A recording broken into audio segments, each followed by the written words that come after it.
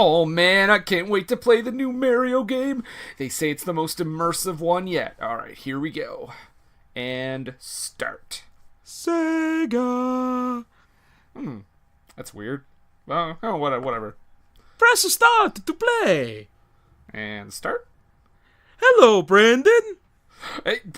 Whoa, it knows my name. That's right. I do know your name. It responds to me. I'm talking directly to you, Brandon. What the hell is going on? I'm going to come out of your TV now. No, please. Oh, God, you're wetter than the ring girl. It's me, Mario. Hi. Okay, Brandon, are you ready to start your quest? I don't know. You're going to need to kill as many small creatures in your neighborhood as possible. In Mario, right? No, this is in real world time. Go squash a cat. I don't feel comfortable doing that. Then you'll need to kill some turtles. Make sure you throw their shells at other small creatures. Mario, what is going on? This is so dark. People wanted realism. I'm giving it to them, bitches. Okay, you know what? This is like, can't I just like save the princess? Like she's in another castle. Can't we just go through that? No, this is in real life. You have to make your way all the way to Bathurst. Oh dear, that sounds. Okay, I'm not comfortable with this. It doesn't matter. You started playing. You have to finish the game. And what if I don't? I'll kill Mariah. Oh Jesus! All right. I'll start the game. Okay. Make sure if you go out there and people try to shoot at you, just jump on the bullets. It works for me.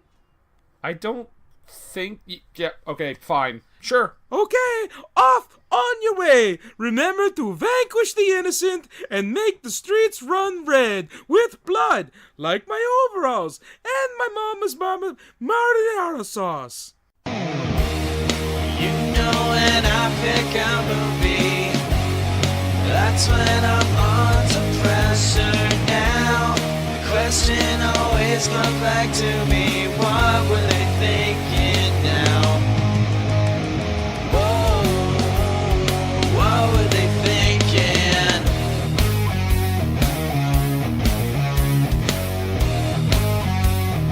What were they thinking? Hello! Hey! What's up, everyone? It's a new episode of What Were They Thinking? What's your name? Well, my name's Nathan. I'm Brendan. That's handy and convenient. It's almost like we rehearsed that. This week we are talking about a very important film. Oh, most definitely. That was selected by one of our patrons. And thank you to them. This is a doozy. Erica selected 1994's horror / thriller / sort of a comedy at times, Brainscan. Thank you so much, Erica. This was the best. The best. Starring Edward Furlong, Frank Langella, and a bunch of other motherfuckers. T. Ryder Smith as the trickster, as if you know who that is. He's continued to work, apparently. He's done a lot of, video game stuff. That I did not know. I saw the name come up. I think it was even, an introducing credit. Mm-hmm. And I was like, oh, it's rough when you see that credit and then you don't know who that person is. It's been in an older movie. It's like that time we watched Silent Night, Deadly Night. And introducing and exiting. So, Brainscan, 1994. Normally I have some stuff, before we get into the movie. I don't really have a lot about this movie. However, one thing that I thought is interesting, so directed by John Flynn, and I didn't really look to see what else he directed. I'm assuming not a whole lot. However, written by someone who actually has written quite a bit of interesting stuff. Oh, yeah? So it was written by Brian Owens, and the man in question is Andrew Kevin Walker, 2 first names. And he wrote such films as just one second here. Oh my god, come on. He wrote such films as Seven, What? 8mm, Okay. Sleepy Hollow, Uh-huh. The Wolfman, the 2010 one, Oh.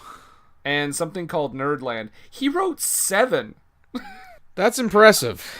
And I mean, he is the sole writer. No, of I just 7. mean it's impressive he got work after this movie was made. Oh, yeah. And especially something like that. Like, I mean, the Wolfman, whatever. Yeah. But, I mean, 7, like, he was the only writer on that movie. And that movie is, like, it's a highly regarded film. Yeah. Great piece of work. It's crazy what he started with. Well, in honesty, he did the screenplay, right? Mm-hmm. He didn't write the original story. Well, and also he's one of 2 writers on this movie. So yeah, Reed punched it up. Yeah.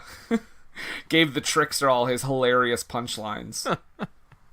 So, one thing also... Okay, so the thing I wanted to mention was... So, the director, John Flynn, had this to say about Eddie Furlong, about Edward Furlong, the star of the film. He said, "The main interest for me in this movie was the trickster character, who we'll talk about later. The trickster was the core of the movie and what attracted me to the script. We found this stage actor, T. Ryder Smith, to play the trickster, and he was extraordinary. Eddie Furlong was a 15-year-old kid who couldn't act. You had to, quote-unquote, slap him awake every morning. I don't want to get into knocking people, but I was not a big Eddie Furlong fan." Yep. That's from the director of the film.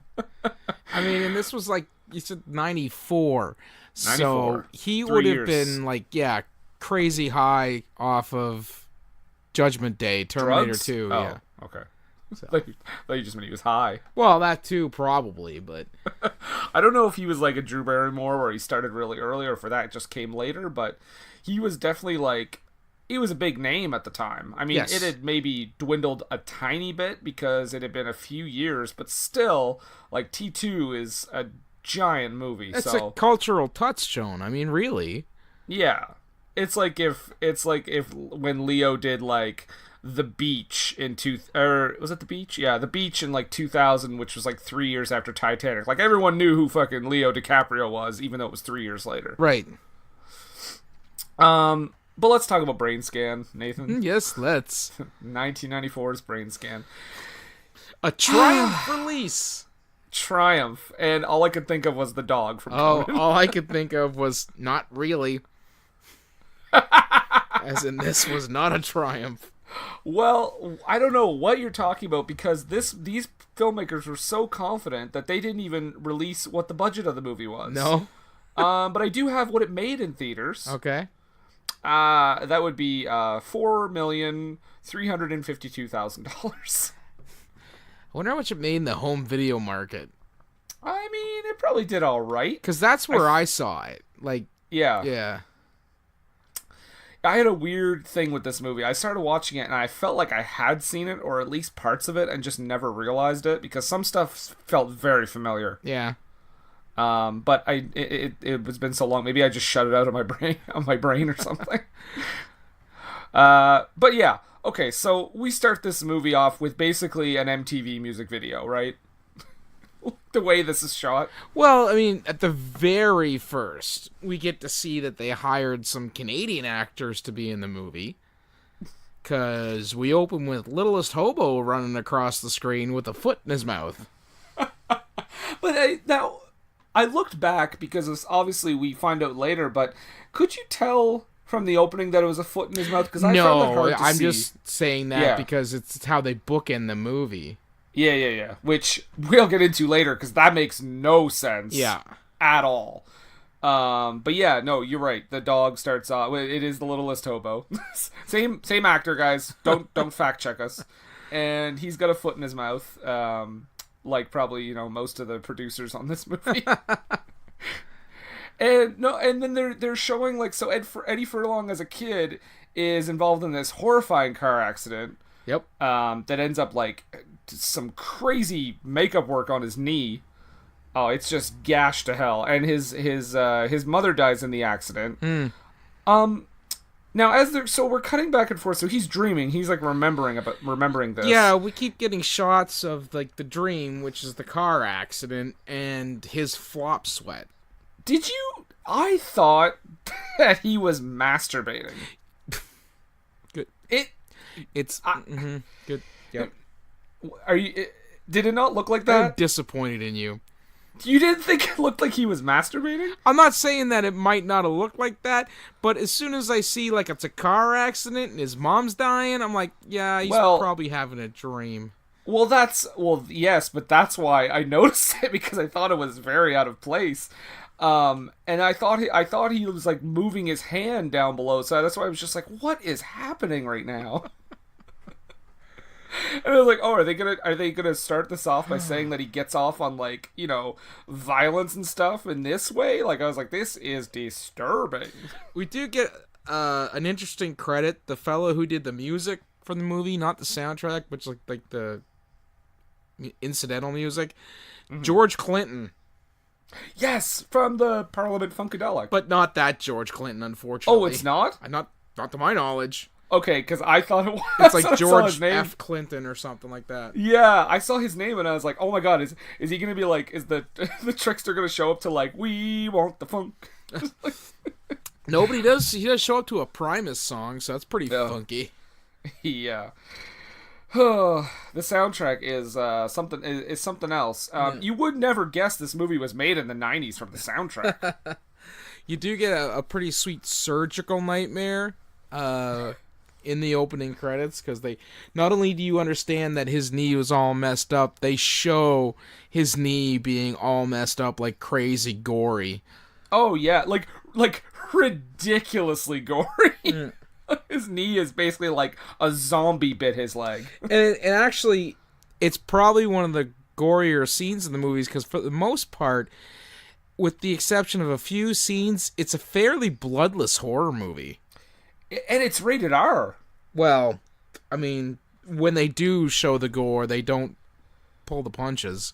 Yeah, I mean, I think it's also like, you know, there's a lot of cussing. Yes, that too. They use some fucks and some shits and boobies. Yeah, for like 0.5 seconds. Hey, boobies are boobies. So anyway, after he has this nightmare, we see Edward Furlong's room, which, holy shit, is this guy like gonna end up being Bill Gates in the future or something? Like, his setup is insane. Yes, makes no sense. Well, it was right at that time when computers started to become magic. Yeah, exactly. We've talked about this in a lot of movies we've covered. I think even Criminal, which was from like 2 years ago, was part of that computers are magic school of thought, which made me think that movie was actually super older than it was. But there was other movies, like, I'm trying to think now, maybe like Shark Boy and Lava Girl. There's something else where we had computers and we were just like, what is going on?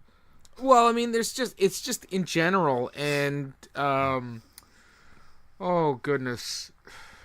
Yeah, not Eight-Legged Freaks. What was the other one? Oh yeah, Eight-Legged Freaks, right? This is my software that shows how big spiders get if they absorb toxins. So there you go. Well, and like, so he's got this. So let's say what it is. So basically, he has his phone. He has this like computer program where it's like an Igor character. Yeah, but it's voice activated. Right. Okay. Here's the thing. It's 2018. Yeah. My car's voice-activated dialing system is nowhere near as accurate and responsive as this one from 1994. I also like how he's clearly programmed Igor to just hang up when he says later. Yes! And could you imagine, if we were having a conversation, it was like, yeah, I'll get to that later, click. Right? Yeah, why don't we get pizza later? Oh, fuck, Igor, call him back. Yeah. And then I notice sometimes Igor says who's calling, and then sometimes he doesn't. And here's the best. So he gets a call right away from his friend Kyle, and not only does he say Kyle is calling, but he has like a montage of pictures that pop up. Yes. Of Kyle, like, who took those photos? I'm guessing he did or they did. But here's another thing too. Digital cameras, not a thing. Nope. So they would have had to taken those pictures, gotten them developed, then used a super expensive scanner to put them onto his computer. Right. It's just, this movie was ahead of its time. Yeah. I think we've discovered that. I think the Andrew Kevin Walker knew what was up. He knew what was coming. Or the alternative version of that is he was like, okay, look, I got an offer to write 7, so let's just hurry this up. I don't care. It was nice to see that both Kevin and Edward Furlong, not Kevin, Kyle. Kyle, yeah. Kyle and Edward Furlong were Rollins fans. Oh, yeah, one of them had like a... Both of them did. Okay. Kyle, yeah, I noticed... Kyle had a poster. It was just like a intense stare face from Rollins. And Edward Furlong, Michael, I want to say, is his name. Oh, yes, I think so. I just kept calling him Eddie. Yeah. He had a poster from like Rollins, I think second or third spoken word compilation called the Boxed Life, which is pretty cool too. And not to mention his giant Alice Cooper fridge decal. Yeah, because so many teenagers in 1994 were super into Alice Cooper. Right? Or how about the giant fridge magnet of pizza? Well, everyone that loves was pizza. my favorite. I know, but just like, and it wasn't just like a pizza. It was like a pizza as like someone's pulling up a piece. Like, you know how they show it on TV where it's all like cheesy and stuff. And I'm just like, oh my God. Oh, the 90s are wonderful. They were. So Kyle's calling him, and he's immediately like, dude, there's this new interactive CD-ROM, and it's called Brainscan. You're in the game, man! I know you're into horror, which we established that these guys are like horror fanatics, and video games, and for some reason, the Three Stooges. Well, who doesn't love the Three Stooges? I know, it's just a funny, like, it's just funny that they establish him as this, like, horror and video game fan, and also Three Stooges. They're Renaissance men. What do you want? It's such. I feel like they wanted to put something else, but like couldn't afford the rights or something, so they just got something that was like. Well, it copyright would have been better if expired. they'd been like into Charlie Chaplin, Like, Buster Keaton watching like or an something. old Buster Keaton, yeah, watching like The General or something. That makes 2 movies we've covered on this show where the characters are inexplicably watching Three Stooges. I don't think there's anything inexplicably about it. Who doesn't love the Three Stooges? It's just Filthy commies. That's who. I didn't say anything against them. I just think it's a weird detail. No, I think anybody should be watching Three Stooges when they get the chance. Well, so Edward Furlong and the Garbage Pail Kids are the Three Stooges' biggest fans. Or fans. I don't know, biggest fans. I don't know. Garbage Pail Kids got pretty excited. But let's not talk Mel about the Garbage Pail Gibson Kids. in Lethal Weapon? Really? See, that makes a bit more sense to me, though, based on his character. Okay. But yeah, so Brainscan, interactive CD-ROM, he's going on and on about it, but Eddie Furlong's a little distracted. Because he's a perv. He is such a perv. But she needs blinds. I mean, you can tell by what she's doing. She kind of knows. Well, I think they establish almost right away that she does know. Yeah. Because she just like this girl across the way, his next door neighbor, who, by the way, the Eddie Furlong is about 15, 16 when they shoot this movie. This girl is 23. Yeah. I looked that up because I was like, she doesn't look like a teenager at all. But she's changing. She's full on changing. Takes her shirt right off. Yep. Boobs out. You see them for about, like a second maybe. Well, Because if you it's a very don't quick pause the cutaway. movie. Yeah, and neither of us did that, right? Right. Yeah. Moving on.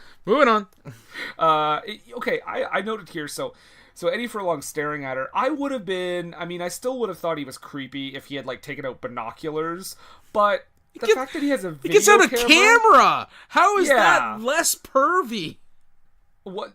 No, I'm saying slightly less pervy if he had the binoculars. Oh, okay. More pervy that he actually takes out a video camera and starts recording it. Well, you gotta cherish these magical memories and save them any way you can. Not only that, but again with the technology, his camera is sending like snapshots to his computer at the same time. Yeah. Like, what? What is going on? And she reacts. So he's recording her. You know what folder he has those pictures sent to on his computer? Spank Bank? Nope. Magical memories. Wait, is that an actual thing? No. Oh, okay. Memories sound like memories. So. Oh yeah. I got you. I thought you meant that was an actual part of the movie. I was like, oh my god, did I miss that? No, that'd be great though. If I ever get a chance to write the reboot, which you will. Yeah. Mine will take a different direction pretty shortly coming up here. Well, so creepily he sits there and calls her, and then just watches her answer the phone and doesn't say anything, and then hangs up. Yeah, but then you get that one shot where she's like looking directly into the camera. Yes. So you know she knows. You know she knows, and it's almost like the movie's like, hey, you know what? It's okay, because like if you do this, guys, chances are the girl probably likes it or she's doing it too. It's a weird message. Oh, please. Movies from the 80s and 90s and even today are filled with weird messages like that. Oh, no, I know. I'm just saying, like, that this one also has a weird message yes. like that. Because the way they, like, kind of, I don't want to say support. What's the word I'm looking for? Justify that is by her going, I've been doing the same thing to you. Yeah. Like, all right. So they're both pervs. But I wrote down buddies forever. Oh, yeah. So Ed Furlong and Kyle are hanging out, or they're on the phone or whatever, and that's their sign off. That's their kind of like, buddies forever. Yeah, buddies forever. Well, so he calls the number to order Brainscan. Mm-hmm. And he's like... In Fangoria magazine, by the way. Which yes. Name drop. Product placement. So, well, they're actually... You know what? I don't think they're the most egregious of the product placements in this. How many Aerosmith things did you count in this movie? In the background? Yeah. Maybe I wasn't paying attention. Oh my god. There was a ton of Aerosmith, like... posters. There was a thing for like Aerosmith like a tour travel that the school was going on or something, or the kids could go to see Aerosmith. I think every single teenager's room that we saw had an Aerosmith poster or two in it. I mean it makes sense that there would be, because the set deck in this movie is insane. Yeah. There's just like, whoa, what would a cool teen have on his wall? Posters of this and this, and let's put a giant Alice Cooper decal on the fridge, and pizza, kids love pizza. I feel that a lot of the set decoration on this went with, man, kids like this, right? and it was probably said by like a 50-year-old producer. Yeah. So anyways, he calls and he's pretty dismissive about how, super scary their game's gonna be. And then somehow they hack his computer system and send him into a seizure Total Recall style. Yeah, which his mouth got wet and that was gross. Well, something for the teenage ladies. Ugh. I don't know why, but even though there was like feet getting cut off and like blood and everything, that part grossed me out the most. Just like saliva all over his mouth. Blech. But yeah, so that happens, and like, does he how incredulous does he react to this? Well, he's just like, he just kind of wipes it away, and he's, it's been decided he's gonna play Death by Design. Yeah. And you'll be getting your first disc in the mail. And he's like, whoa, that was weird. Anyway, time to go to school. Yeah, not like, you know what? They just, sent me into a seizure and somehow managed to hack my 1994 computer system. Oh my god, it doesn't... There's so many times in this movie where I'm like, why isn't anyone reacting to anything? Yeah.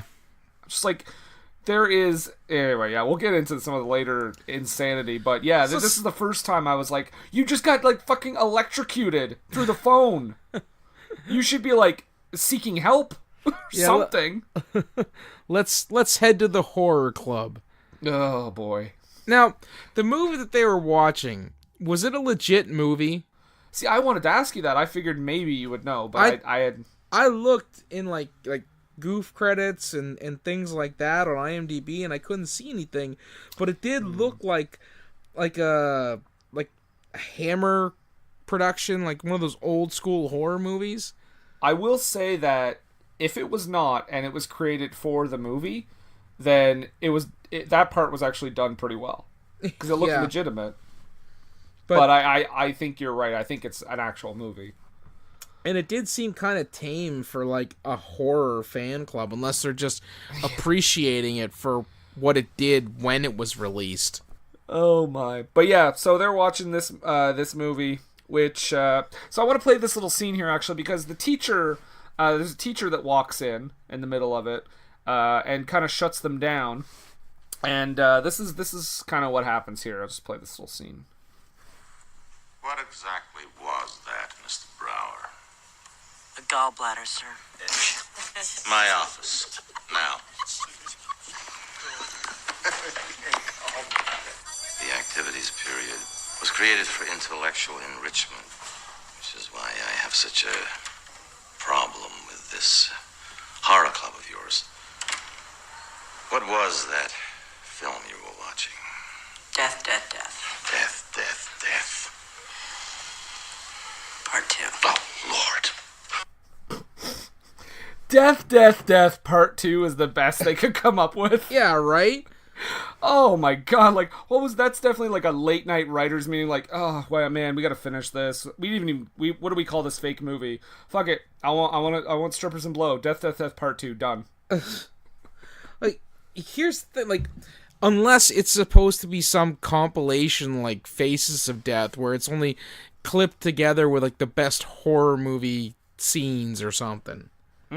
That's the only thing I could think of. That might be right, because the way they were showing the movie, when you saw clips of it, they didn't really look that connected. And when they said the gallbladder scene was coming up, I mean, I was paying attention to the little TV. I didn't see a gallbladder scene.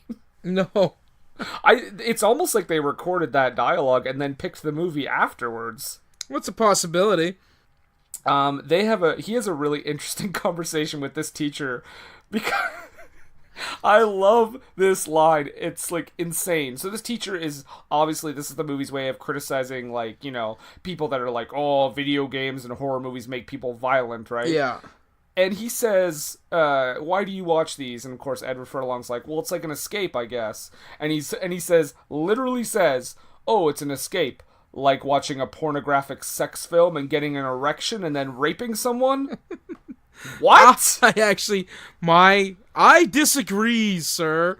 Yeah, no shit. Guess what? I know a lot of people that watch porn, and I'm pretty sure they're not raping anyone. Yep. And then Ed Furlong one-ups him by saying, erections don't rape people, people rape people. Which, like, yeah, that's true, but also the way he worded it is insane. I thought it was insanely brilliant. It's the sort of thing that would get you fucking out on your ear in high school, but it's definitely a good comeback to a conservative, especially when they're trying to argue with you about pornography raping people. Pornography doesn't rape people, people rape people. But basically, he shuts him down at this point. Says, You're not doing the horror club anymore. Unless I approve of the movie or whatever you want to show first, which obviously, this guy's not going to approve anything unless it's fucking like Wizard of Oz or something. Yeah. So that gets shut down.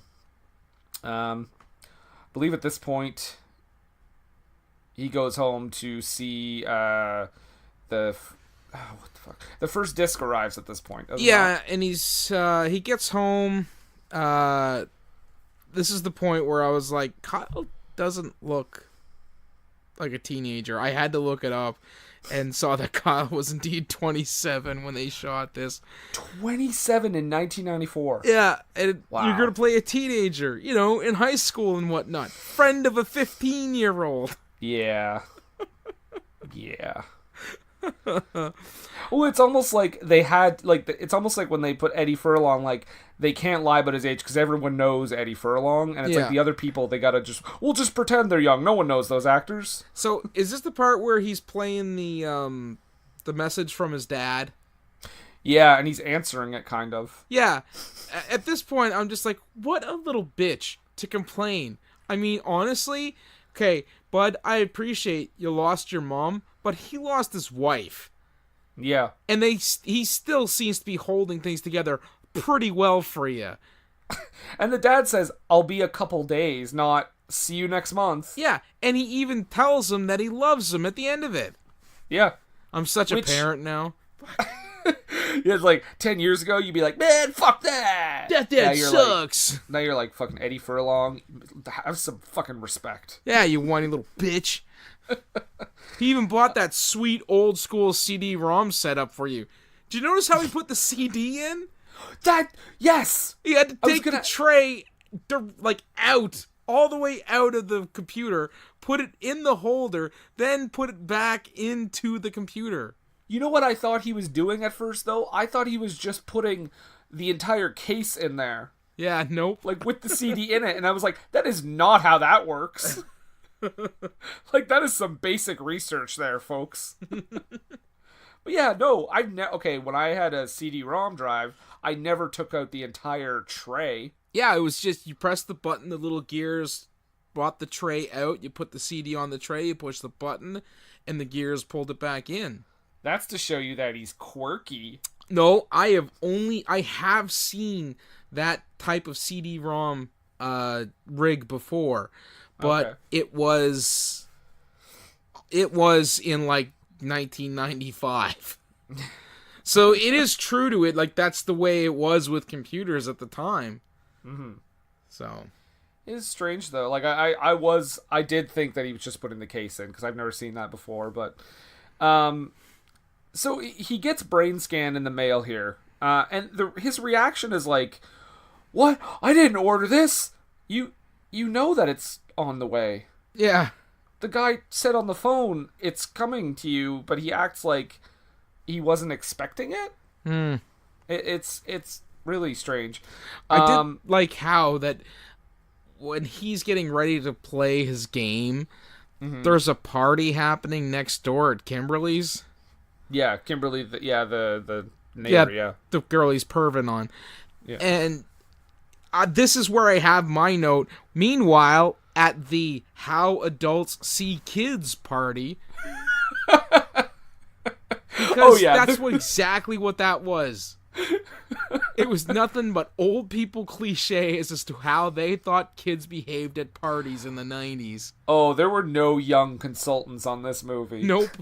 They didn't even have the time to ask Edward Furlong, "Hey, is this how you and your friends do things?" Yeah.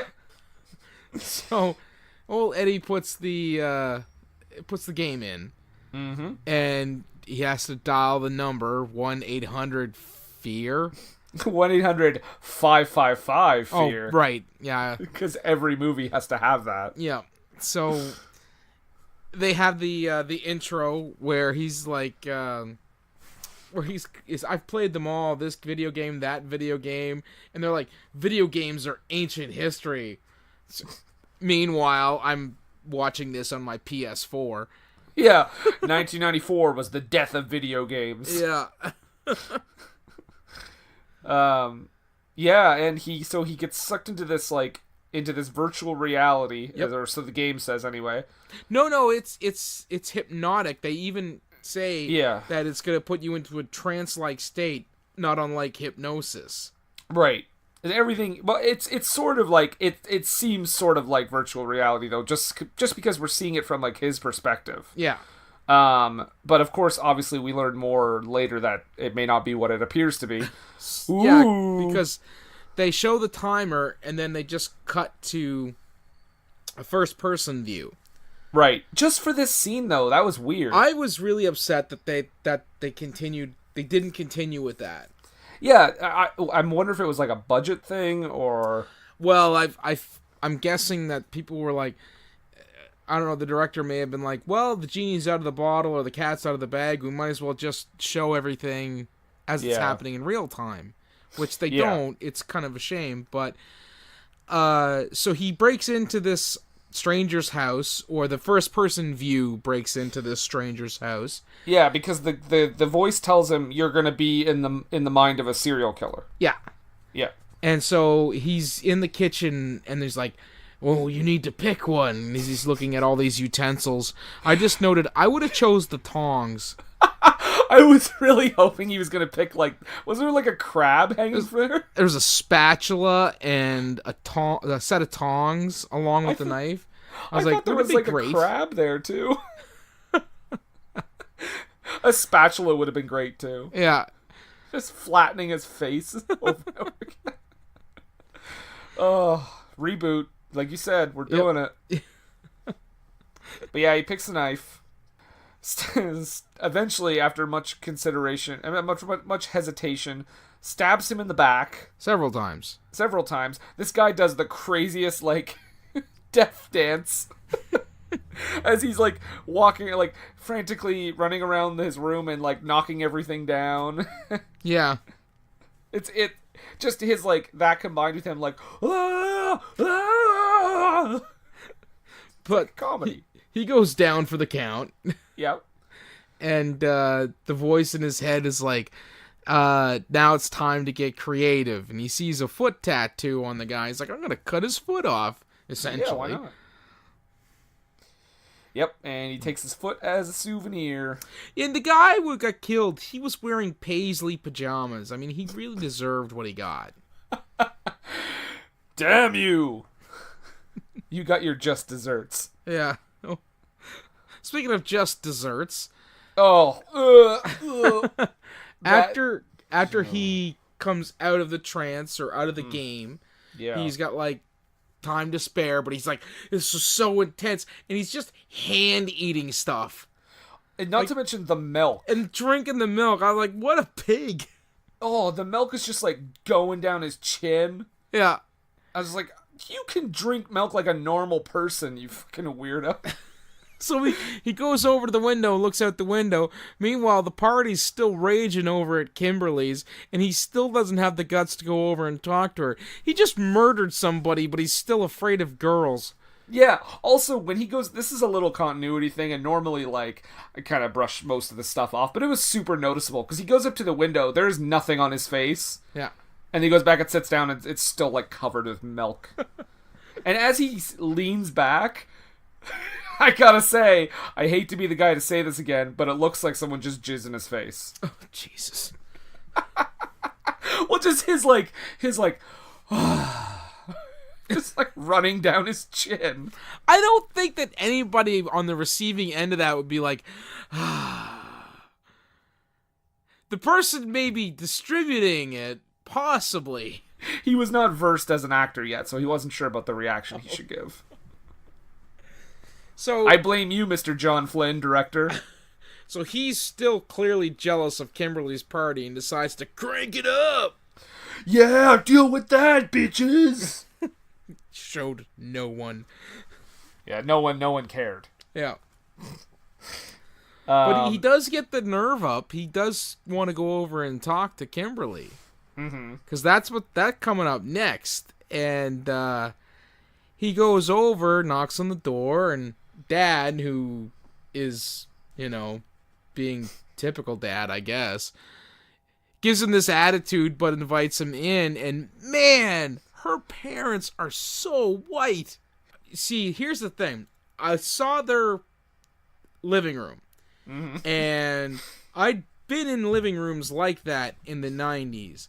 And they were nothing but the living rooms of conservative people who watch the news far too much and are afraid of everything.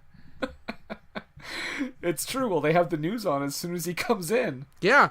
But this they're so desensitized to the news that when they show the report on the murder, and he gets all like, "Oh my God, I gotta go," like he's clearly disturbed by the murder. They're like, "What's that all about?" They're kids, right? Can't stand a little murder. What a pansy. He's disturbed by a murder, like, close to where he lives? What a weirdo. Because that's what I thought, too. Like, normally I'd be like, all right, you're being really suspicious here. But also, it's like, well, no, because if he was acting like that for a murder that happened close by, anybody else would have guessed that. They would have said, oh, he's just freaking out because it's, scary and it's close to where he lives. Even if without that, they could have been like, oh, did you know him? Yeah, that too. Exactly. Because it was one of their neighbors. Right. Like, it's in the vicinity. Yeah. So he does kind of make himself very obvious, though, when he goes to the crime scene and goes underneath the tape. Like the police line tape.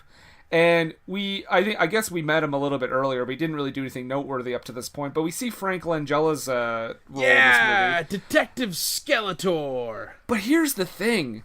Frank Langella looks Detective Skeletor. Okay, fine. Detective Skeletor looks like he does not want to be there. He probably doesn't want to be. Oh my God. I have never seen, and I think Frank Langella is a great actor, but I have never seen a more emotionless performance from a talented actor like that. Like, that is like just nothing. He gives nothing. And I don't blame him. I'm not saying I do. So, this is where old Eddie, Michael, whatever, starts to get suspicious of the fact that maybe I actually did something, because all this is super familiar. Mm-hmm. And he goes and looks in his freezer.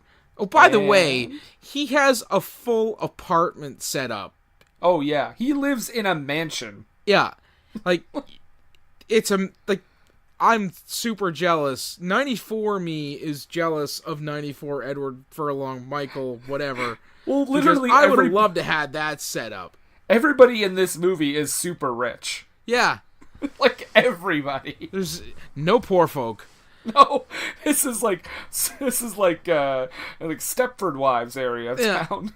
So he opens his refrigerator and guitar riff reveal. Oh, I love that. The severed foot is there on top of his French Canadian Swanson.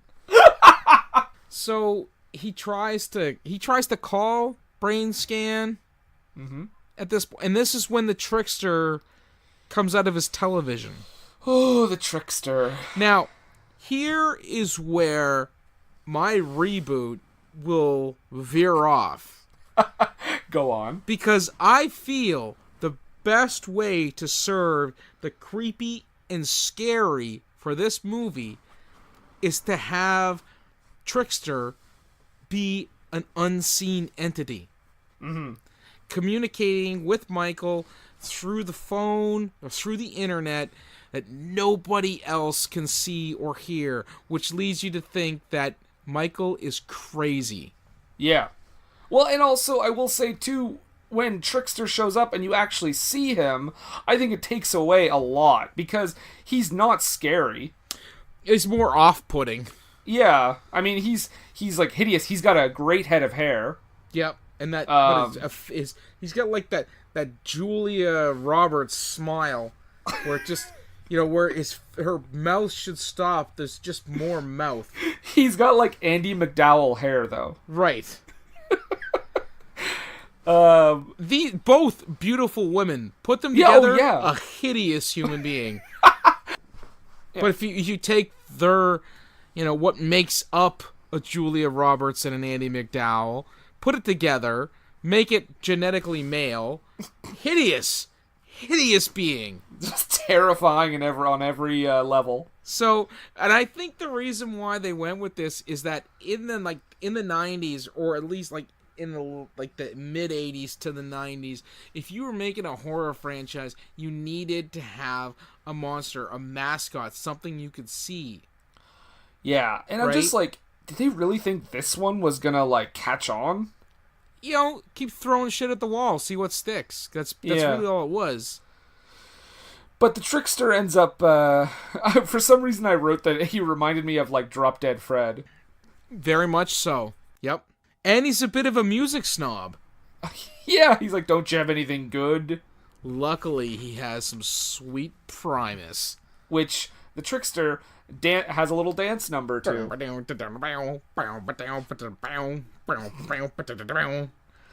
And Trickster is basically tells him like, it doesn't matter if it's real or not real. Didn't you like it? Didn't you enjoy doing it?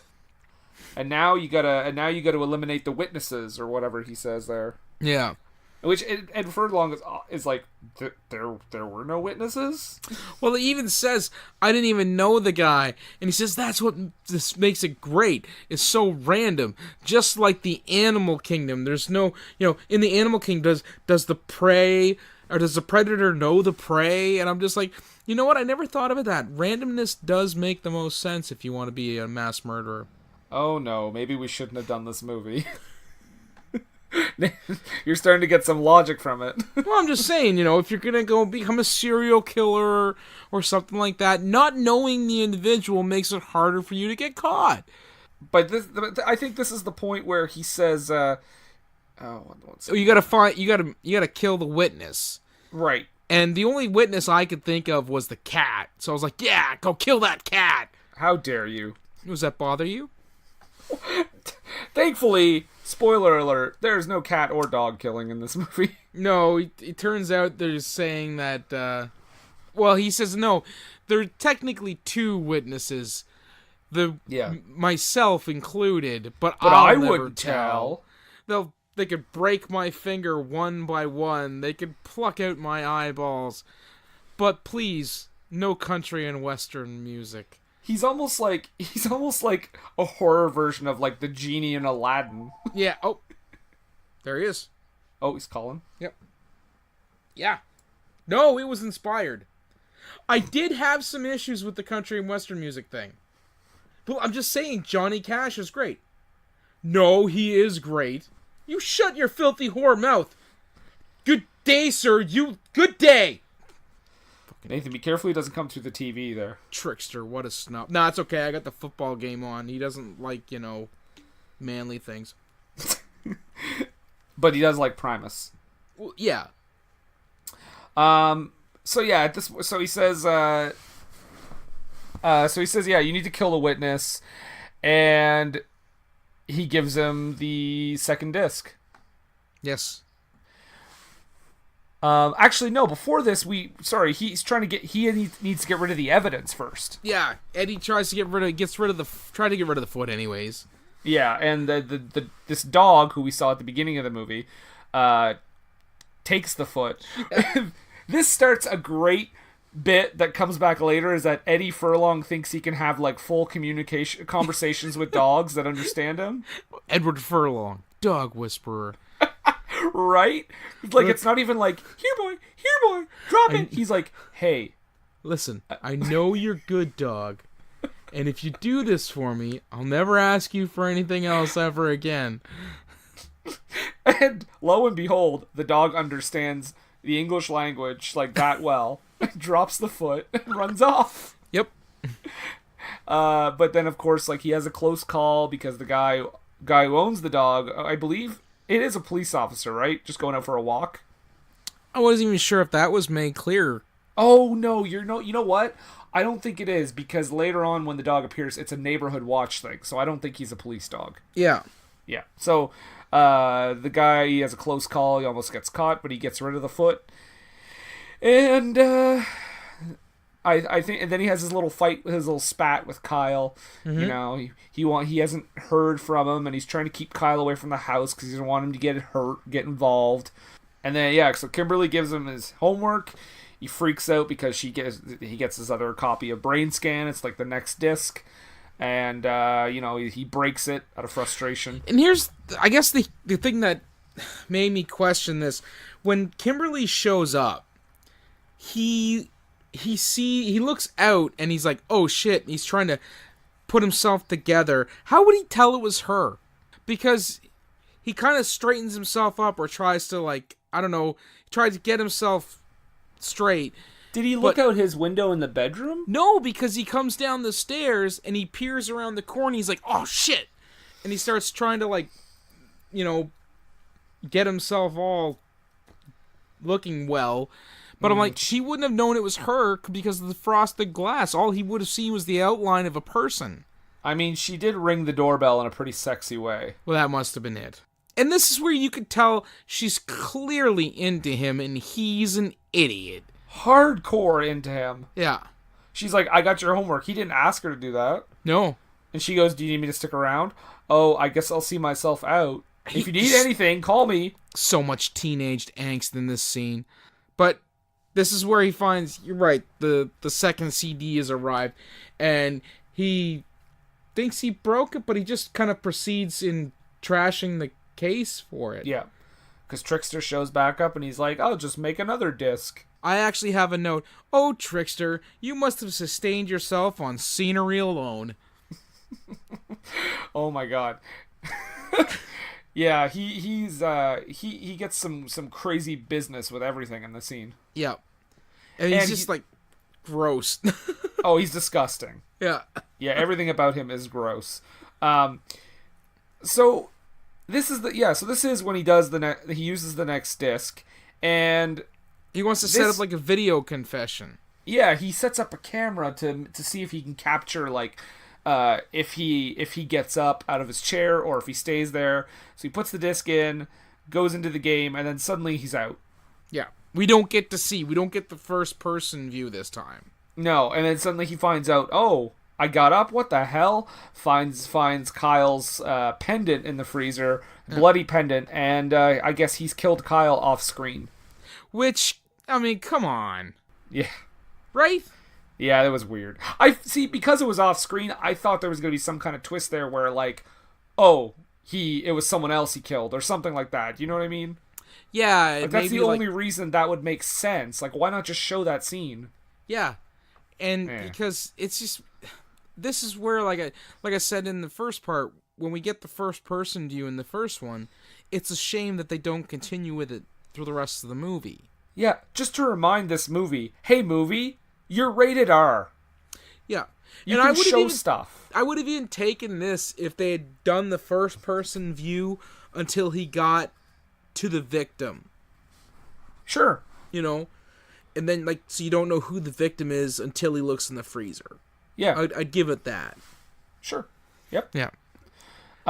So this is what I was talking about earlier. I think this is finally where the Trickster shows up again, and this is basically Eddie Furlong at this point is like, no, I'm not. You just made me kill my best friend. I'm not gonna play this game anymore. Well, what do I got? He's looking at Fangoria, and Sleepwalkers was on the cover of Fangoria. Great flick. Fantastic movie. In the sense that this one is. And this is where I noted where he's like, because he tries to call Kyle's place when he thinks that, that I killed Kyle. And Detective Skeletor picks up the phone and he just says later and hangs it up. And this is where I noted, if that's his end signal, this is where I'm like, anytime he said later in a conversation, it would end the phone call. Yep. And so they do the whole buddies forever schmaltz thing because Kimberly comes over with some stuff and a petition that Kyle had started to save the horror club, and he wrote down on the bottom, "Buddies forever?" ? Aww. Yeah. So he's watching the news. And for some reason, they have slow motion news. Yes! I wrote that down too. I don't understand that at all. They're like, the detective has arrived. Now, here he is in slow motion. Yeah. So, this is where Trickster shows up again. And he's like, have you got anything to eat? and he's just eating stuff and being gross. Oh, it's disgusting. He puts like mustard on like bananas or something. Yeah, and we find out this is where he's intrigued by the Three Stooges. Yes, that was the best reaction because Yeah. it wasn't a laugh. It wasn't like a, oh, it was just like he just settled in very like casually. Now, this is the part that you were thinking of earlier. Yeah, where the doorbell rings and Michael's going to go down and answer the door. And Trickster's like, trust me, if you want this to go easily, you won't do that. And he goes downstairs and he answers the door, and it's Detective Skeletor. And Detective Skeletor is like, he is not a good police officer. I should say, I don't think he's a, I don't think he works outside of the bounds of the law, I think. Oh, he's not a straight arrow cop, is what you're getting at. No, not at all. Yeah. And he also comes in and he's like, we talked to kids at the school about you, and Eddie Furlong, of course, trying to be casual and stuff. Like, well, I hope it's everything good. No, they called you a freak. He called you strange and weird and frightening. Yeah, but here's the thing. It's been clearly shown that he has a group of friends, which proves that he didn't talk to Eddie's group of friends. No. He just talked to the jock douchebag on the football team who does no idea about him, but is more than glad to call him a freak or a homo or something. Yeah, and then they try to play this moment of like comedy for Langella as they leave, as the detectives leave. And he's like, no, I'm gonna drive. I'm tired of your driving 20 miles per hour. Yeah, ha, ha, ha, ha, these that's cops a joke. apparently have a relationship that we don't get treated to. No, that's it. Like, that's all we see. Yeah. And that was like, if Langella is gonna straight arrow like this whole movie or straight face with no emotion, don't give him like a comedy moment. Yeah, and he's like, he says to his partner, he says like, the fire was still warm. It's summer. I was like, how is it summer? School is in. Oh yeah, good point. Summer school that everybody goes to. Everybody in that town has failed school. So every single kid is Including going the to principal. summer school. So this is where they go up and they're doing gross on purpose at this point. Because this is where he's putting mustard on like bananas and stuff. And pickles and eating a raw chicken and stuff. Yeah. So Trickster starts trying to get into the mind of old Michael, where he's talking about, Michael killing himself and whatnot. Well, there's a noose in the room. Yeah. Well, that's there the whole time. That is, I think that's weird set deck. Well, he's supposed to be obsessed with like horror movies and death and stuff like that. I guess, but I would think the dad would be like, all right, that's like the extent of it. I'm not letting you have that. Like, I don't know. You can have anything else you want, but this like setup that means you could just like slip into it at any point. No, I think we're going to drop this one. Well, okay, maybe a full-on noose is a bit much. But I remember when I was a kid and I learned how to tie a noose, I immediately hung a stuffed animal. And my parents were fine with that. If there was a stuffed animal hanging from the noose, I think it would have been less weird, honestly. Okay. Oh, it would make sense. Just the empty noose, though, I was like, what? I like at this point where Trickster talks about his mother abandoning him. Oh, yeah. She died, asshole. Abandoned you via heart stoppage. Yeah. Fucking... She failed to continue breathing. Yeah, Trickster's being a real dickster, if you ask me. Oh! But yeah, so he's like, you have to kill one more witness, and you know who it is. It's a female. You know who she is. Ooh, who could it be that he's talking about? Yeah, Kimberly, because then we get the next scene that's kind of a legal gray area. Yeah, I was watching this and I'm like, oh, how... I feel like there's only certain things she can do to him in this scene. Yeah. Because he has like a sex dream about Kimberly. Yep. But all they can really do is have her like kiss him a few times and she kind of mounts him, but then that's about it. Yeah. Because she turns into a middle-aged man, which is even more disturbing. Trying to strangle him, which right. He might be into, considering he has a noose and everything. I was gonna say, is that still part of the sex dream? he wakes up and he's like, "Oh, that got really good at the end." But, don't forget, when Detective Skeletor came to visit Michael, he told him about the article that was in the paper, which was quoted verbatim what he told Kimberly. Right, but that was the same day, was it not? I don't know if it's exactly the same day. Let's, for the sake of not tearing any more of this movie apart, we'll say it was a day or two later. Okay, I hesitate to accept this this plot development, but I'll go with it. Look, I just want to move on to this because this is where he gets all pissed off at her because of that. And he thinks she like sold him out by talking about what he said to her in private in the paper. And she's all like really remorseful and stuff. And she's like, wanting somebody to explain. else wrote it. Yeah. And I'm like, yeah. man, this is your chance. Parlay this into your your first time, like, awkward as it might be, because it's guilt sex. But I mean, at that age, sex is sex. This has been Teen Advice with Nathan. My kids better not be listening to this. Yeah, if you are one of Nathan's children, turn this off right now. That is not good advice. Any other teenager, that's great advice. And also, don't turn this off if you're anyone else. Please, I love you. Thanks. So, Detective Skeletor comes into Michael's place with no proof of a warrant or anything. Yep, that's the part I was talking about when I said he's a bad cop. Yep. And but that's just a brief moment where he's scooping up ashes, which he's going to do some CI shit to, but I don't feel like any sort of CSI shit is going to work on ashes. No. I wanted to see the scene where he takes them back to the station and be like, "Oh, just as I thought, it proves nothing." So just back to the movie. They organize a fucking neighborhood watch. Yeah. And holy Miami Vice. Am I right? And Principal Bowtie is there. Principal Bowtie, love it. Yeah. And so he's like, I know that some of you have weapons, but I don't want to see a single weapon in anybody's hand tonight. The principal has one, by the way. Yeah. Everybody else does too. He's a shit cop when it comes to that. Yeah. Because nobody gets arrested. He's also like, I don't care if you have a water pistol. Yeah. So at this point, Eddie Furlong is basically, he's told that he left behind some evidence when he killed Kyle. The footprints. Because of his distinctive limp, they'd be able to figure it was him. Which I think he forgot about at some scenes. Several times. Okay, I did notice that a couple times. Like, wait, isn't he supposed to be limping? Yeah.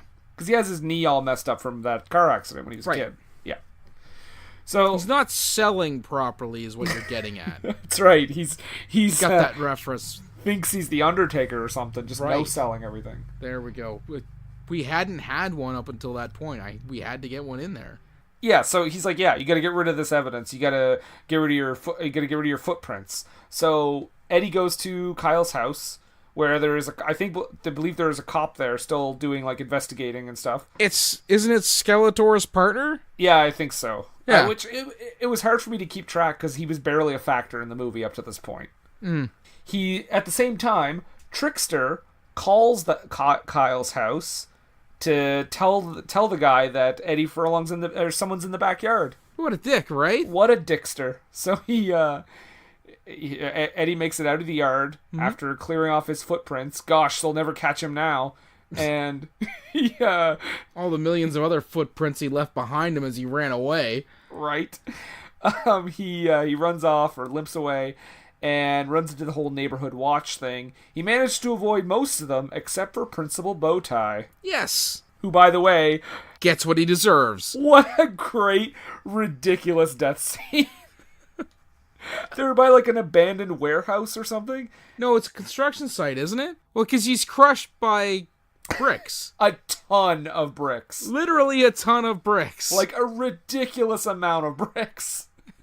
Just and they're like being precariously held there because all he does is like move like a piece of wood and they're all like he cooks like a plank out of the way and they all fall down on him. Yeah. So Eddie gets out of there. He makes another deal with the dog. Right, the littlest hobo shows up again. So shows up and Eddie talks to him and tells him to leave him alone. Yep. And then the insane is like the cops. The cops show up, or the cop from Kyle's house shows up. Skeletor's partner. Let's call him Beastman. Beastman. Okay. He's Skeletor's partner. Right. So Beastman shows up and gets shot by one of the neighborhood watch guys who freaks out because he just sees someone and decides to shoot him. Yeah, and I gotta say, as far as partnerships go, the Skeletor's got a pretty light reaction. Oh, you mean you didn't think it was emotionally charged when he said, "All right, who wants to call his wife?" It's like, he's your partner. Shouldn't you be, like, bitch-slapping somebody right now? That's what I'm saying. Frank Langella does not give a shit in this movie. No. Like, as an actor, he's like, I'll fucking do this, and then I'm out. One take for each shot. Don't care. How much you paying me? All right, hurry up. So, he gets back home, comes out of his trance. Right? Yes. Yes, and here's the thick of it. Okay, he interacts with the dog and does the bargaining thing that he did earlier as himself, but while in the video game where he's supposed to be in the mind of a serial killer. Yeah, this movie is very inconsistent with that whole back and forth. Like, it makes no sense. Like, sometimes you're like, oh, wait, he's not him, though. And, oh, why would he remember that? Or why would they remember him from that? Like, there's the writing, there was no continuity person on set, I don't believe. Right. Because then when he comes out of the trance, he's like, what did I do? Or he kind of remembers, actually, because he says, you told me I wouldn't kill anybody. You mean, you told me I wouldn't have to kill anyone! And technically he didn't kill anyone. No. The falling bricks and the other neighborhood watch guy was the one who killed people. Are you saying that the brick killed the prick? Yes. Oh. There you go. Yeah. Yeah, no, he didn't, like, stab the guy. No, he didn't stab him. All he did was he kicked loose a precariously paced... You know who killed the principal? Workplace negligence. Yeah, shoddy That's workmanship. Right. Well, not workmanship, just workplace negligence. Where were the signs? Where was the caution Should tape? have had a hard hat. Yeah, I think what we're trying to just say is construction workers get at us on Twitter. Yeah. Well, no, I think construction workers would agree. You know, that, first of all, the principal didn't have a hard hat on. And number two, that load of bricks was propped up ridiculously lightly with a one plank. Yeah, ridiculously lightly, and I feel like it was an obscene amount of bricks, too. Yeah.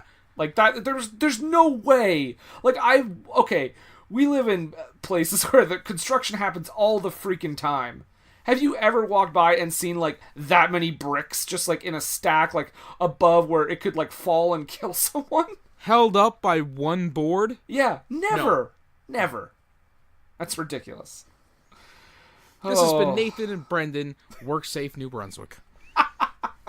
You're welcome. So, this is where he really starts to turn on Trickster. And he tries to, like, I don't know, he tries to, like, fight him or something. Yeah, and then Trickster turns his blood into a CD. And he's like, man, all I could think was, shit, another T-1000. It's true. Yeah. Yeah, especially later. Like, because this is the point where Trickster tells him he's got to go kill Kimberly. Mm-hmm. And he's like, if you don't, you're going to die. Yeah. Like, that's it. So you kill her, or you're going to get killed. And so he's like, all right, I'll do it. And, of course he can't do it. He has to, for some reason, fight Trickster at Kimberly's place. Yeah, and this is what you said, like the T-1000 thing. And then he literally swallows Eddie Furlong. Yeah. With some of the greatest special effect work ever. Hey, for 1994, that wasn't too bad. Well, I mean, I was going to say Spawn was 97, and this looked close to that level. So, Right. But 3 years before. yeah. And Spawn was the special event spectacle of 1997 summer. So back to Brainscan. Okay. Yeah, he can't do it. He swallows him whole, and then all of a sudden Eddie Furlong is like possessed by the trickster because we're introducing that now. The most acting he's done in the entire movie. Yeah, it's true.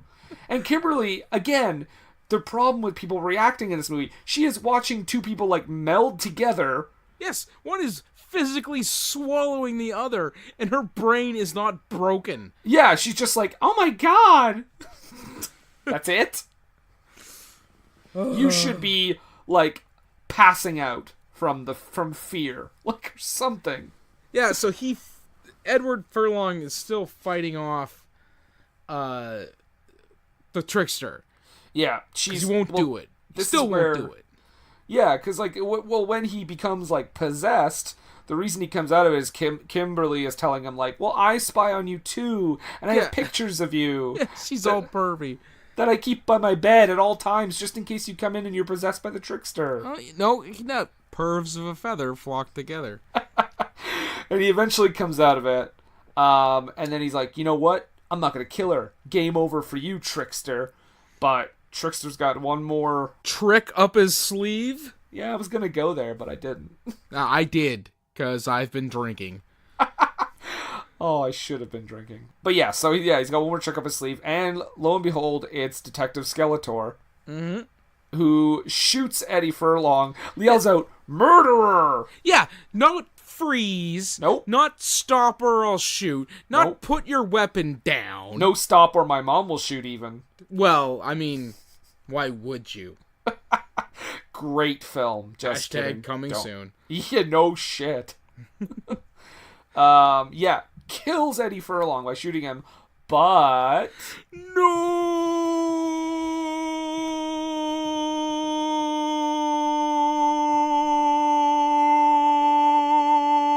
no. That's my note. That's Okay. the note I have there.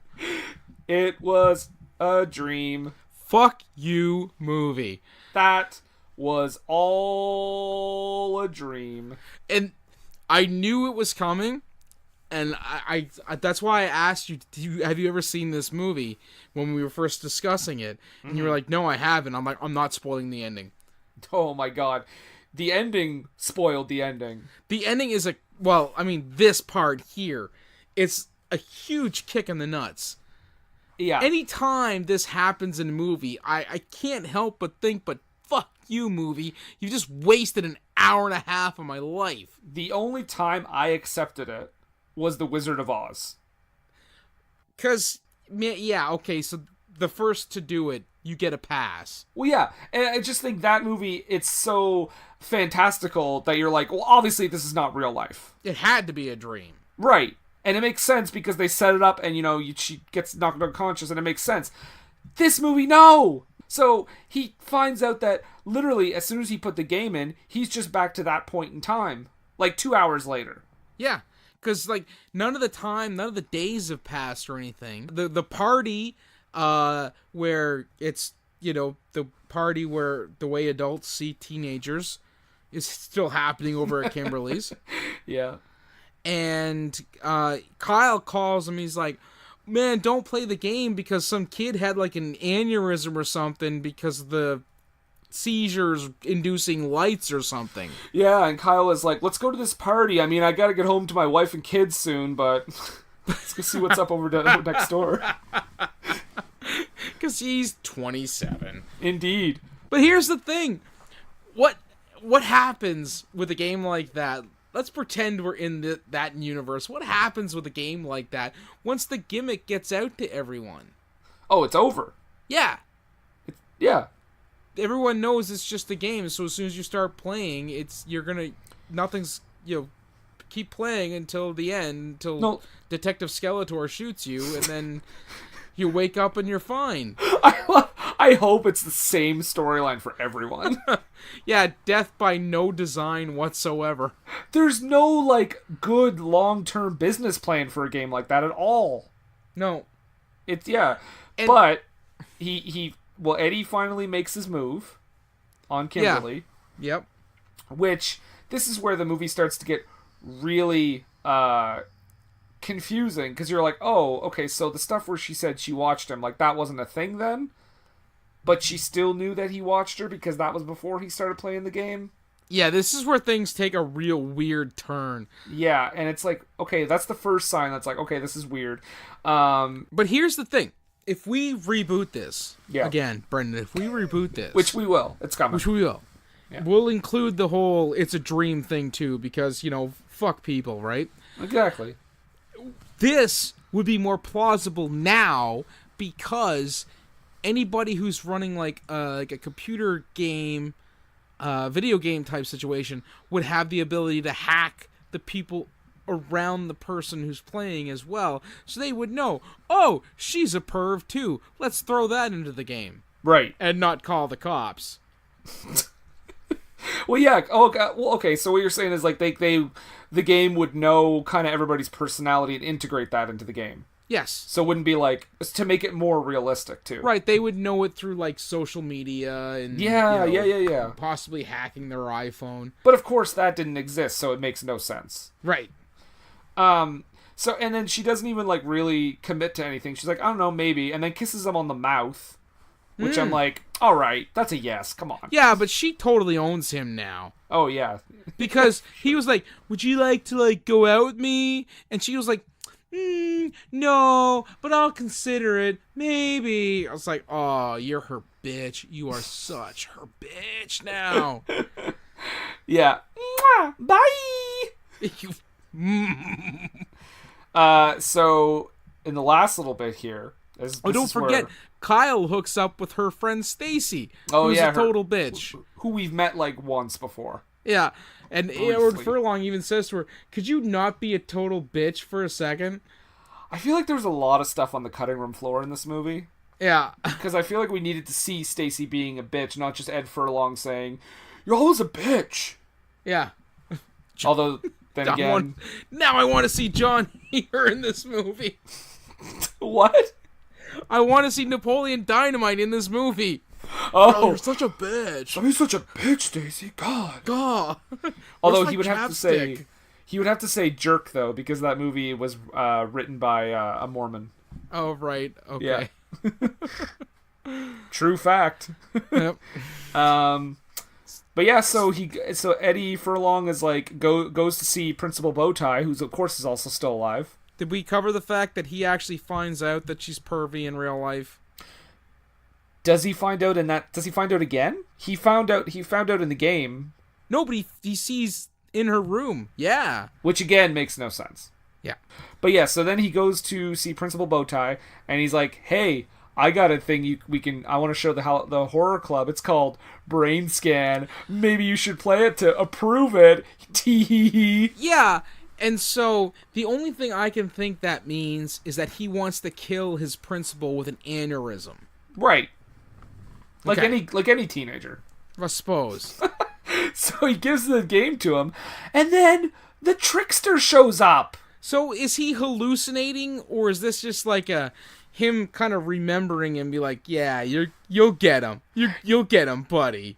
Yeah, so that's what I'm wondering. So I'm wondering, yeah, is he hallucinating, or is the trickster real, or is all of this reality still part of the game? Like, I don't know. Yeah, it's not made super clear. And then the most egregious part of this twist, the credits start. And we have some more awesome soundtrack. Yeah, and then the trickster's like, "Hold on, you forgot about something." And I'm like, "What?" And they just show the dog with the foot in its mouth in real life. Right, and if it was if it was to believe that he came out of the game, then the foot thing would never have happened. The dog would never. The dog is part of the game! Right! He's 100% part of the game. But, okay, yeah, if you're going to say the dog is still there, or the dog's there, or the dog is just from the game, that makes no sense. The murder can't be real because Kyle's still alive, as is Principal Bowtie. And also, Also, the biggest thing, if we're saying that this is all fake, how the fuck did he get electrocuted over the phone? Yeah. What the Because fuck even movie? that part has to be real. Yeah. Because that happens before he goes in the game. Oh my god. There's a voice keeps on calling me down the road. That's where I'll always be. Every stop I take, I'll make a new friend. Can't stay for long, just turn around and I'm gone again. Do, do, do, do. Maybe tomorrow I'll wanna settle down. Until tomorrow I'll just keep moving on. Boo-doo, boo-doo, boo. And for some reason, whenever I hear that, I always finish off with, I'm living on the edge of Cincinnati. I don't know why. I go to it every time. Very similar sound and at the same time. Yeah. So, Well, I blame you, Comedy Central / whatever channel played Littlest Hobo. CBC, maybe? CTV. CTV. Yeah. I feel bad for the guy who played Trickster because he went like for almost 10 years without screen or film work. And he also spent, apparently, according to a clip, behind-the-scenes clip I watched, about 6.5 hours in the makeup chair every day. For that? Yep. Ooh. But that was Brainscan. Now that we've talked about this movie, we're going to take a brief break, so we will be right back. What Were They Thinking is brought to you by HostGator. HostGator is a leading provider of shared, reseller, VPS, and dedicated hosting solutions. Award-winning support is available 24/7, 365 days a year via phone, email, and live chat. Discover why over 9 million websites trust HostGator. Use the coupon code SCHLUCK for 25% off your first purchase. That's SCHLUCK, SCHLOCK, for 25% off your first purchase. What Were They Thinking is brought to you today by GameItAll.com. Whether it's video game news, the latest in music, or movie reviews, GameItAll.com is your one-stop shop for all nerdy talk. We are back. Yeah. Woo! That took no time. No time at all. Nathan, I just have to say, I think it's time to change the tone of this podcast. Yes, to bring it down and close to the mic. Just want to make the ladies and gentlemen, please welcome Gauss. Now, Gauss, if you could make some more disgusting mouth noises, you're not doing it enough for NPR. Thank you, Gauss. Gauss has just Ralphed all over my lap. But you can actually you can use that for a decorative centerpiece. Ooh. It's fun fact. You can take it off. Also, if you want to remove it, you can use Uncle John's vinegar. There you go, Uncle John's vinegar since 1886. The vinegar of choice for all discerning crafters. That's our sponsor. Well, Nathan. Yes, Brendan. I think it's time for low haiku. Yes. 17 syllables, which will just it'll wrap up and describe our film ever so neatly. I don't remember who began last time. I believe I went first. Okay. Last time. Okay, I'll start it off then. By all means. Pervy John Connor, emotionless Langella. Fuck you, twist ending. Very good. Very good. Thank you. I will now proceed with mine. Okay.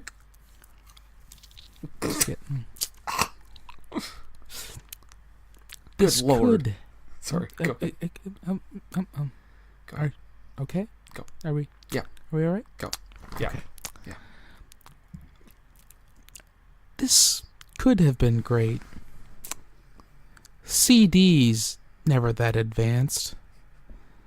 Cast Fed scenery. Very good, very good, very good, very good. Well done. Thank you. Ooh, okay. I'm out. So, yeah, I know that we do have our like stuff that's coming up with our awards, and I know this one won't be included in it, but I feel this one for next year is a good front runner for Fed on Scenery alone, nominating everybody in the cast. So what you're saying is that it's already won. It's almost a lock, unless something else comes up. The scenery was made of delicious pizza, and everyone ate it. Yeah, they never stopped. Well, Nathan, we kind of said our opinion about this movie, but what do we always say? Well, Brendan, we always say, Don't take a word for it.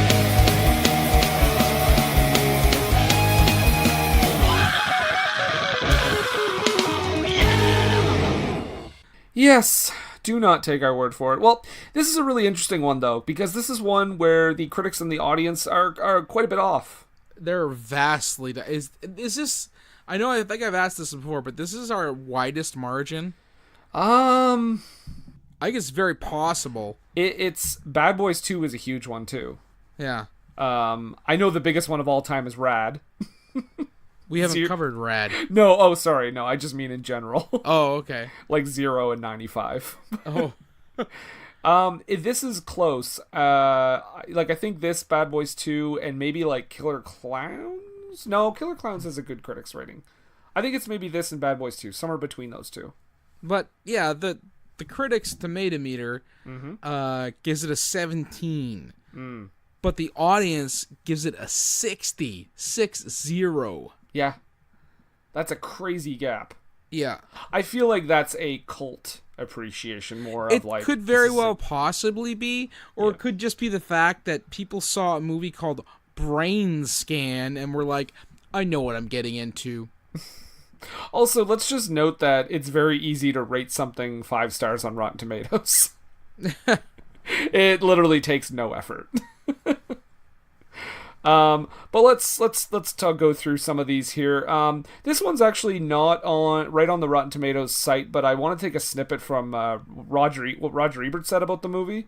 It's not even really it's not even really a straight criticism. He gave it 2 stars out of 4, by the way. But This is just a little line from his review that I thought was kind of funny. He said, I had a sinking feeling during that scene where he trains his video camera on the girl next door and feeds his signal into a monitor. In his mind, I fear he was thinking not, what a bod, but what a signal. That's from Roger Ebert. Well, Felix Vasquez Jr. from Cinema Crazed has what I believe is a typo in his. The opening snippet is, go pop in arcade instead and call it a day. I think that might possibly should say, go poop in an arcade instead and call it a day. Wait, is there a movie called Arcade? Oh, I don't know. Oh, see, that's what I thought he was saying. I thought he was saying, go pop in the movie Arcade. Oh, okay. Yeah. Oh, I like your version better. Go poop in an arcade? I call it a day. There's not a lot. Like, we'll tell you right now, guys. There's not a lot of critics reviews. But this one are going to be favorable. Well, favorable or in general, really. There's not a whole lot of them. Yeah, there's only 12 of them. This one's from Scott Weinberg. He says, there's not a damn thing on display here that well-traveled horror fans haven't seen 300 times before, and less obnoxiously. Here's the weird thing. I'm on Rotten Tomatoes, and a bunch of them are just like the score, and I have to click for full review, and some of them don't even have a full review. They're just the score. Yeah. But Luke Thompson of the New York Times felt that it cops out at the end, but fun up until then. Hey, is the whole thing a poem? I'm not reading more. You mean the failing New York Times? Failing New York Times, yeah. There's some pretty great audience reviews on this one. Since I mentioned Roger Ebert earlier, I do want to mention this one. So it's 5 stars. One of the most underrated movies ever. And Roger Ebert is a cocksucker. What? On an unrelated note, Roger Ebert is a cocksucker. Oh my god. Okay, so I've got one here from Entertainment Weekly. Ooh, that rag. Yeah, I know, right? Brainscan offers 0 in the way of sick thrills. Worst of all is The Trickster, played by T. Ryder Smith, the movie's foppish pinhead Freddy Krueger wannabe, with his cut-rate warlock finery, rubbery makeup job, and very scatty pronouncements.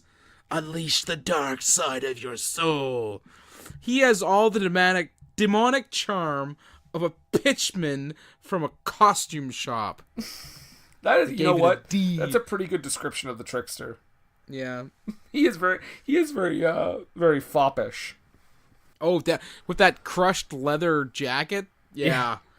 Here's a couple more audience ones. This is actually just 4 stars, but they said great cult movie. Had a lot of parts that were mind-screwing. Not scary, hide behind your couch, but decent. And then this other one, his review is just wants to see. Like, he just wants to see the movie. And it just says, looks like it could be a good movie. I'll keep my eyes peeled. It's out, guy. It's out there for you now.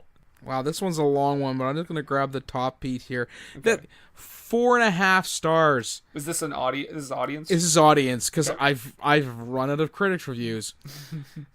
This movie is the cream of the crop B grade movies. This seems to follow on from Terminator 2, which stars Edward Furlong as a starring role. The producers loving it because he's hot, apparently, and Edward loving it because it's about him. Wow. I don't know. It sounds like they're being snide. It doesn't sound positive. But they 4.5 stars. That was the half star they took off. I suppose. The last one I have here is an audience review. It's 5 stars, and he says, "This was a good movie. I first saw it back in high school. Also, I threw my back out that night I saw it. Don't ask." I don't intend to. My final one here, it's a 1-star review. No la terminé de ver mi perverso esputida. Al fino tuve ocurre una mente ad muchacho. I don't know how I feel about that. Yeah.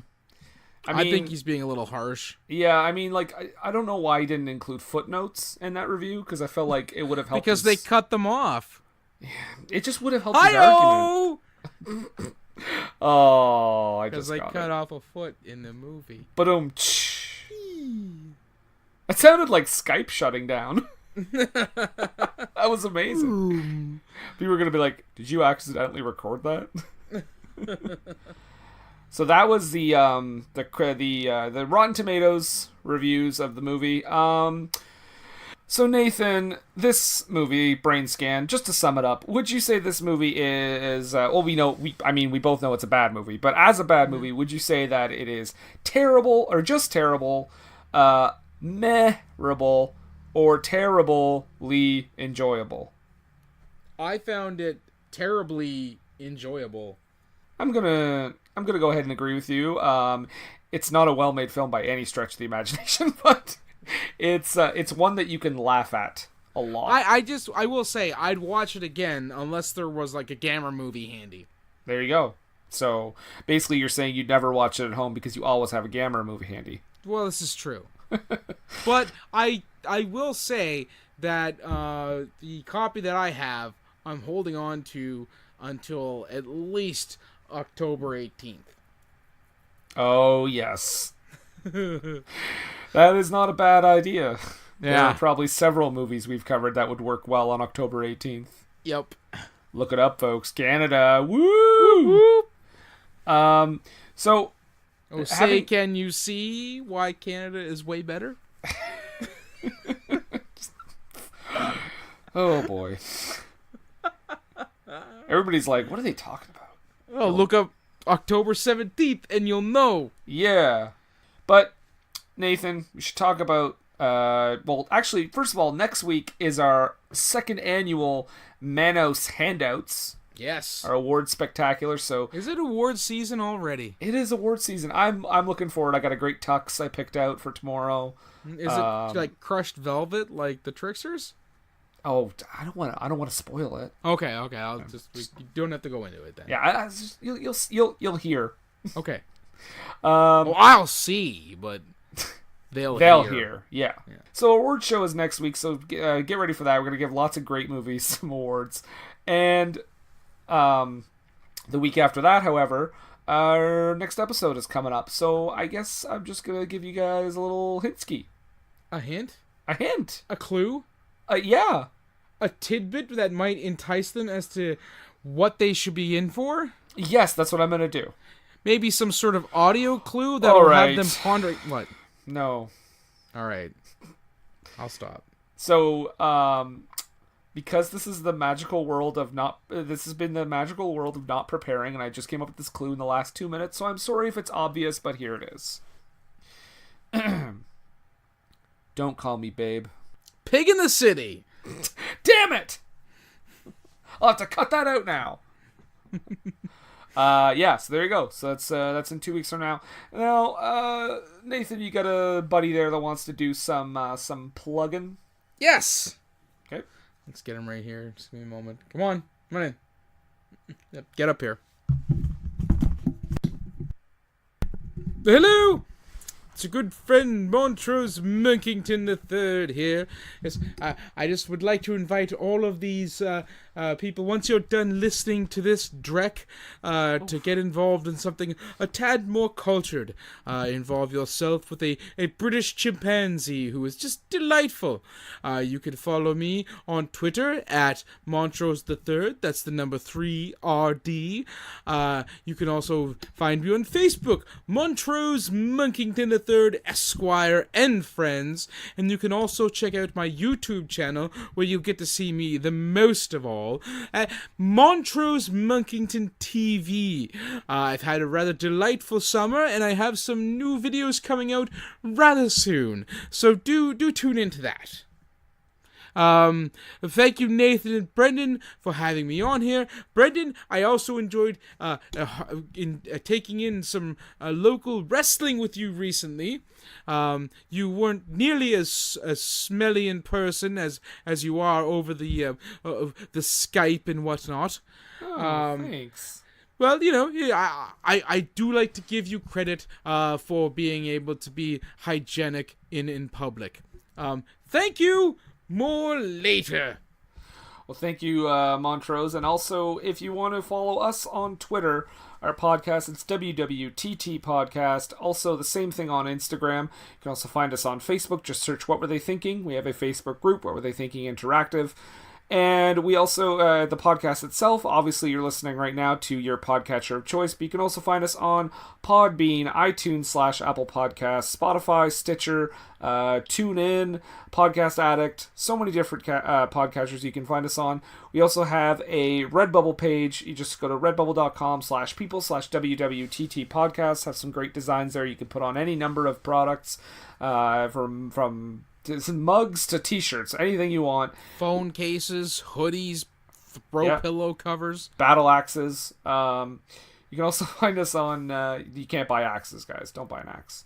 You can also find you can get a decal, like a vinyl decal, and put it on your battle axe. It's just as good. Yeah, and if you do, take a picture and tweet it to us.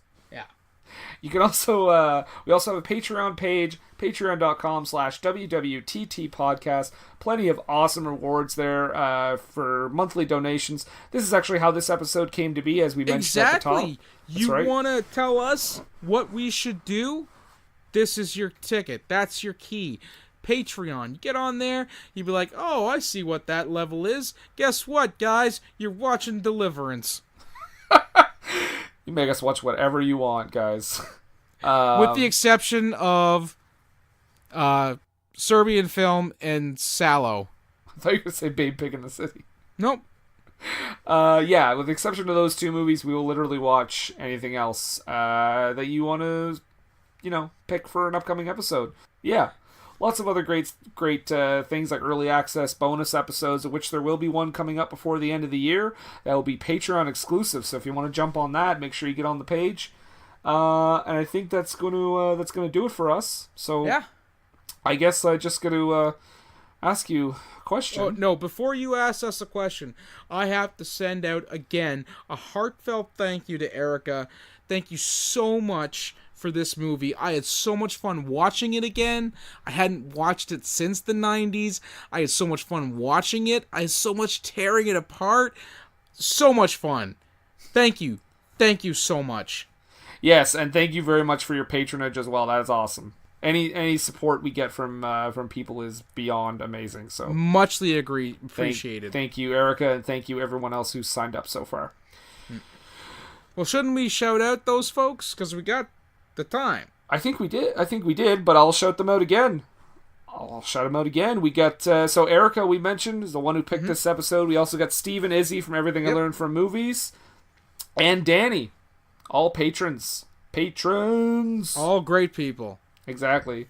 You want to be as great as them? You go to patreon.com/WWTT podcast. Yep. But we still love you anyway, all of you. You're all great. Listeners in general, we love you so much, but these folks, we get to name by name. We're on a first name basis with them. Right, because of the love. So Nathan, I do have to ask you though. Mm-hmm. So in a movie where Eddie Furlong is just being all... Actually, you know what? In a movie where everybody is just being disgusting with food. Yes. Which is one of my things I can't stand. And right. in a movie where clearly there was no one supervising the script when it came to the ending. Mm-hmm. And in a movie where the trickster is, like you said, feeding on scenery alone. Just nourishing on it. Yeah. Mm-hmm. Just gotta ask you. Mm-hmm. What were they thinking? It's time, let's check our cue, baby. Pair it with a couple brews, baby. We love good movies. We love the bad ones too. So we watch them all and pass their lessons on to you. Oh yeah.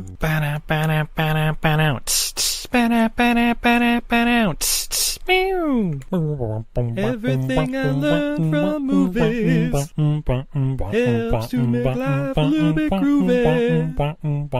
Whether one last plot holes or gratuitous movies, it's time to get busy with your friend Steve and Izzy. At eilfm.podbean.com. Hey, this is Liz. And this is Heather. And we are Nerdy Bitches Podcast. A show where two geeky ladies podcast their way through pop culture. From movies and TV to our regular book club and everything in between, we bring you our favorite fandoms with a feminine eye.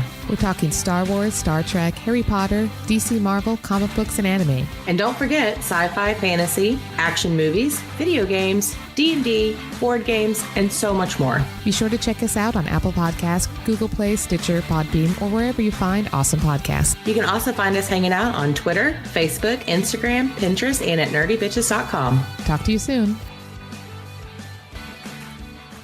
Hey, I heard you like movies. I heard you like to hustle. I heard you like podcasts. Well, guess what? There's a podcast for you out there called The Home Video Hustle. Damn right. Every Friday, we talk about whatever movie PJ picks out the bag. What does that mean? Every Wednesday on our YouTube page, I put a bunch of movies in a bag, and PJ picks one out at random. And then we just watch it. We talk about it for maybe like an hour, hour and a half, 2 hours, whatever we feel like doing, wherever the conversation leads us. But do we actually talk about the movie? Most of the time.